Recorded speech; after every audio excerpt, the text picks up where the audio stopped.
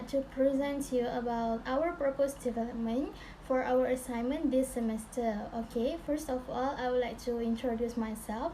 I am Nur Khairunisa binti Muhammad Ali, and my group members is Nur Aina Farzana binti Muhammad Rizwan, and Muhammad Hafiz bin Hamdan, and Muhammad Shahir bin Muhammad Sabri.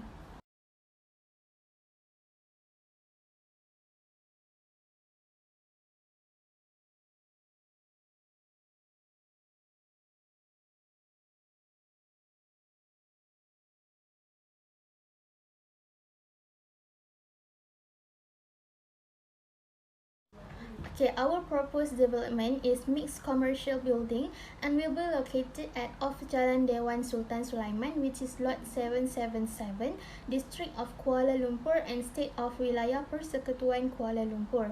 The proposed land would have a total area of approximately 6,676,942 square meters, which is equivalent to 71,905.99 square feet. Although the area has been designated as building land, there are no structures currently being constructed on the land at this time. Okay, in this development, we will only develop the shopping mall, which will be located in the center of the land. The built-up area will take up 70% of the total land area and measures 215 by 200 feet, giving it a total space of 43,000 square feet.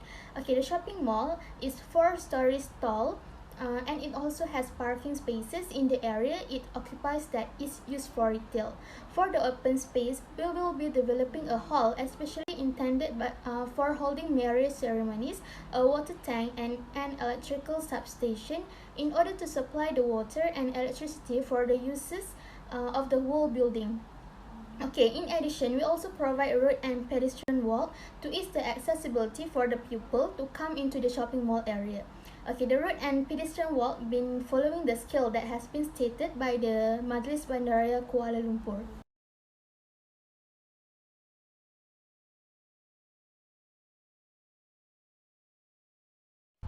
Okay, next is the location. The proposed development is located about 2.7 km from the Kuala Lumpur city, which takes about 15 minutes by using car to arrive the subject property location.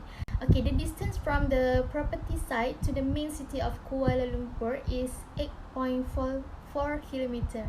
Okay, our subject property is surrounded with city area. The land is in front of Jalan Dewan Sultan Sulaiman. The land category for our subject property is land for building development purpose.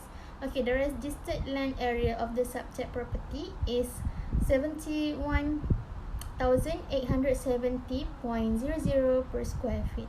Okay, the subject property is located inside the circle colored red on the location plan.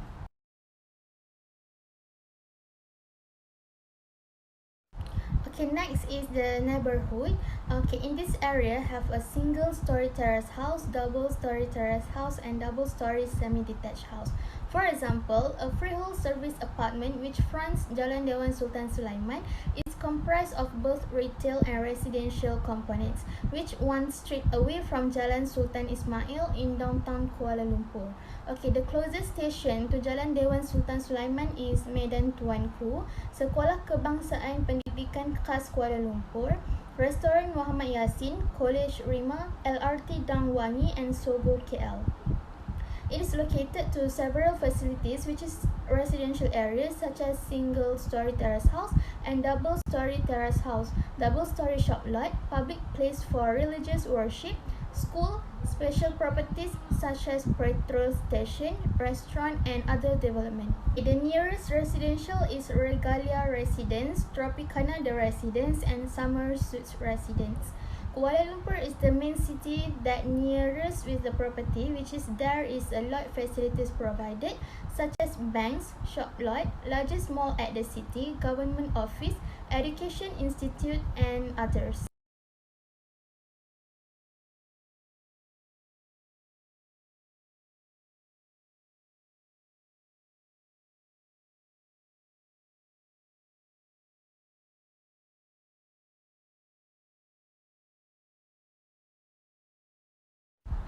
Okay, next is public services. The services that are provided for the subject property is water supply. This necessity is a must for every property because it is basic needs. The supply is from Lembaga Air Selangor that has been distributed to District of Kuala Lumpur and also for the subject property. Next, power supply also being provided that generates electricity for the subject property. Okay, power supply that has been distributed to this property was Tenaga Nasional Berhad, TNB. Moreover, other services that were provided for the subject property is telephone line, which is telecom, or the telecommunication of the services. Furthermore, this property is connected with the main road, which is Jalan Dewan Sultan Sulaiman. The subject property is near the T junction. They are also having public transportation such as LRT Dangwangi and petrol station which is Shell. Assalamualaikum warahmatullahi wabarakatuh. My name is Muhammad Shahib bin Muhammad Sabri, and today I'm going to present about planning provision. Planning standard is the guideline the developer need to follow in order to develop the certain area, and without the planning standard, the developer cannot make any development in the certain area. All Malaysian developer must follow each district planning standard. Our land will have a mall. We must follow each guideline to build the land based on our planning standard, so it's sufficient and safe. And the objective to be achieved in the mix commercial building with a green concept are to create a healthy and comfortable area with to the community, to create a balanced environment to the community. According to the planning standard, to create a balanced environment to the community, the percentage of building is 60% and 40% for open space. Furthermore, the percentage for building is higher than open space because it's to provide community to visit or work in this commercial building, and to create the convenient office building area with various types of facilities. To create the convenient office building area, we provide facilities such as water tank, TNB substation, car park, and pedestrian walk, so the community in this commercial area can get the benefit and can enjoy this facility. And for the last, improving health and the productivity. Proper condition inside the building also help in boosting human productivity. Hence, various business concentrate on this aspect. Green building concept is also providing for cleanliness and sound working condition for employees, visitors, and other inhabitants.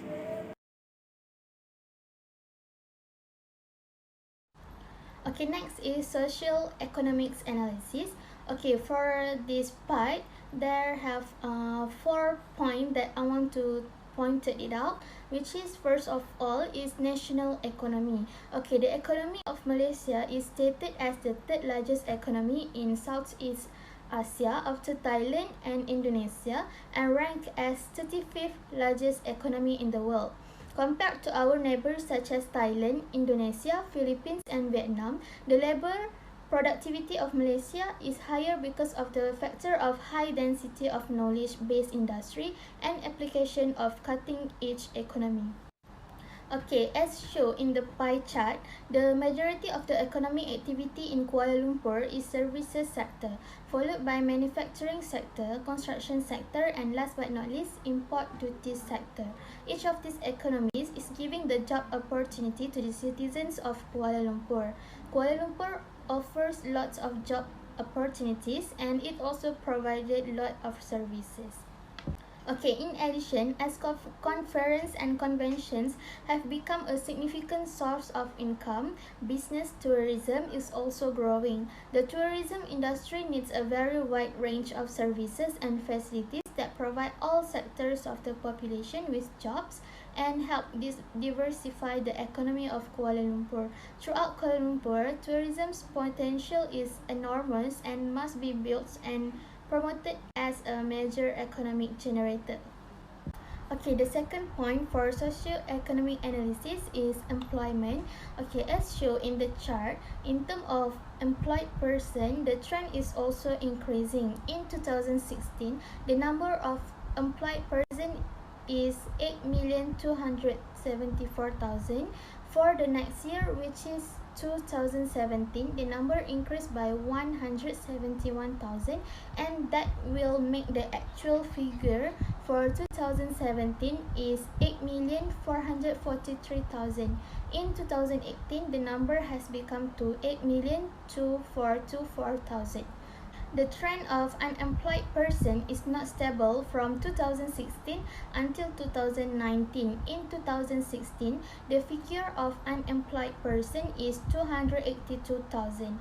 In 2017, the figure is decreased to 271,000, while for the next year, the number of unemployed person is decreased to 205,000.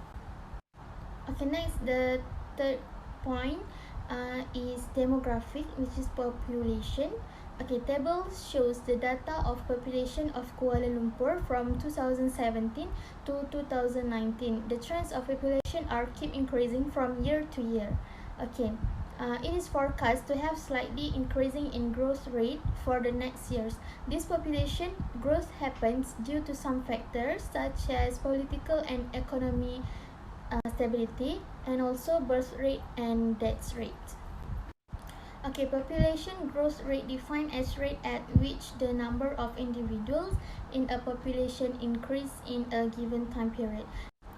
Okay, it is also super important to know the age structure in certain location to foresee the business length, whether it can be a long-term or just a short-term business.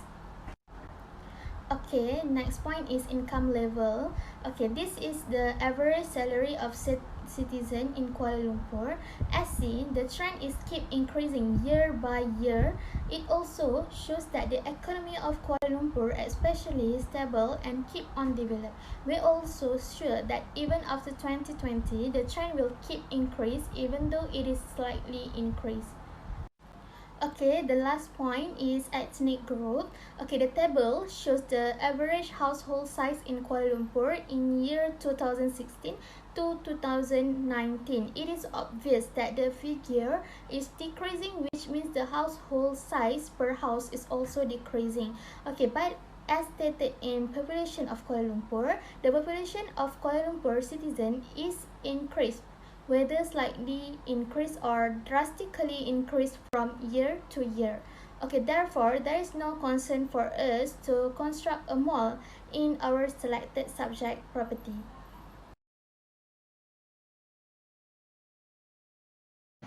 Assalamualaikum. My name is Nur Aina Farzana. So I will be presenting the property market, the summary of the property market, and the SWOT. So I will start with the summary of the property market. So the COVID-19 is predicted to reduce house price by negative 4.8% over the next 12 months before rising by 10.6% over the next 2 years. And the next point is Penang and Perak had the highest projected price growth over the next 2 years with 50.9% and 43% growth respectively. And Kuala Lumpur and Selangor have the lowest projected price growth over the next 2 years at 0.5%, which is still outstanding. And the next, residential rental rates are predicted to fall 3.8% over the next 12 months before the returning to climb at a 7% annual rate through the third quarter of 2022. According to the market survey report, Perak will have the highest rent growth of 60.7% over the next 2 years. Rent in Sarawak are predicted to rise 10.5% by the third quarter of 2022. And the share of the new home purchase ascribed to local first-time buyers climbed by 4% this quarter, while the share attributed to overseas buyers declined by 7%. Local or abrading buyers and the local investors kept their stakes at about equal level of around 25%. Moreover, local investors are the only buyer category with higher transaction growth prediction than in the first quarter of 2020. 54% of the real estate broker poll expect local investors to execute more transactions in the coming year, up from 47% in the first quarter of 2020.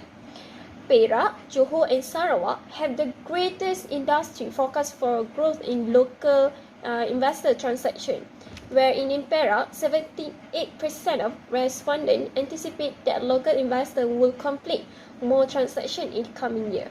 And the corresponding figures in Johor and Sarawak are 69 and 65% respectively. Furthermore, foreign buyers' expectations for future transaction growth are much lower, implying that they will account for a lesser percentage of the market in the following years. In quarter 1, 55% of respondents projected a rise in the number of foreign buyer transactions. However, only 33% of surveyed real estate brokers expect the same now. And the last one is Penang has the best prospect for overseas buyers, wherein in Penang, 43% of industry respondents anticipate an increase in the number of foreign buyer transactions in the coming year. So with only 50% of agencies predicting such an increase, Sabah has the lowest forecast for the foreign buyers purchasing growth in the coming years.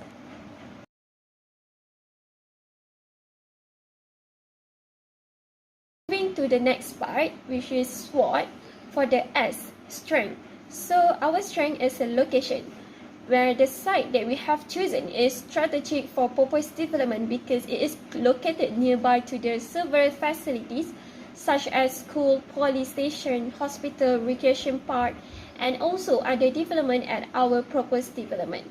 And the next strength is accessibility. So the proposed development is easy to access because it is only 7 meters away from the main road, which is Jalan Dewan Sultan Sulaiman. So it can ease to access and spotted by the public for identify the new shopping mall as well. And moreover, affordable price. So the proposed development will attract buyer to buy the property because the price of the development unit is affordable and it is new design of commercial building in the area by highlighting the green concept. So moreover, we are also provided the facility for the community, which is affordable size and unique for parking area, green space area, and road and pedestrian walk. For the W, which is weakness. Weakness is increase the traffic jam. So the proposed land being located beside the petrol station will lead to the traffic jam in that area, which it will be more worse when the shopping mall being developed soon. Next, involve a lot of costs. So the proposed development will involve a lot of cost to construct the building due to on the back area of the land there have the topography that which undulate. So it need to clean the ground first before proceed with the next process development. Next, the shape of the land. So it is difficult to design the proposed development on that land due to the land have shape that have the width in front of and back of the land not equal, which is width in front of the land more. So it is directly will affect the design layout of the proposed development. Next is opportunity. So opportunity are external factors that are going outside and for the larger market. So example of opportunity are competitors, price of raw materials, customer shopping trends, and macroeconomic factor. So in our case, the external factor in our business environment is the competitors, the shopping trends, affordability of the citizen around of our subject property. And the last one is trades. So the first trade is competitors. So one of the biggest enemies to the business is competitors, where in Kuala Lumpur, they have a lot of shopping malls that provided the customer a good space of purchasing goods. We have Queen City Mall, Sogo Mall, which is the competitors that good in performing business, and they also have a well-maintained building as they are trying to compete with other shopping malls in Kuala Lumpur. Next one is economy. Up and downs in economic currency will lead the business to size problem that may be faced by the developer. And the last one is infrastructure. So the infrastructure of this building is quite smaller than our biggest competitors, and it can reduce our customer expectation to shopping here. Plus, the road traffic of the surrounding area is quite heavy if compared to other places because it is a mixed development, commercial and residential area. So we maximum the use of space to become green city, and our shopping complex will get fully packed.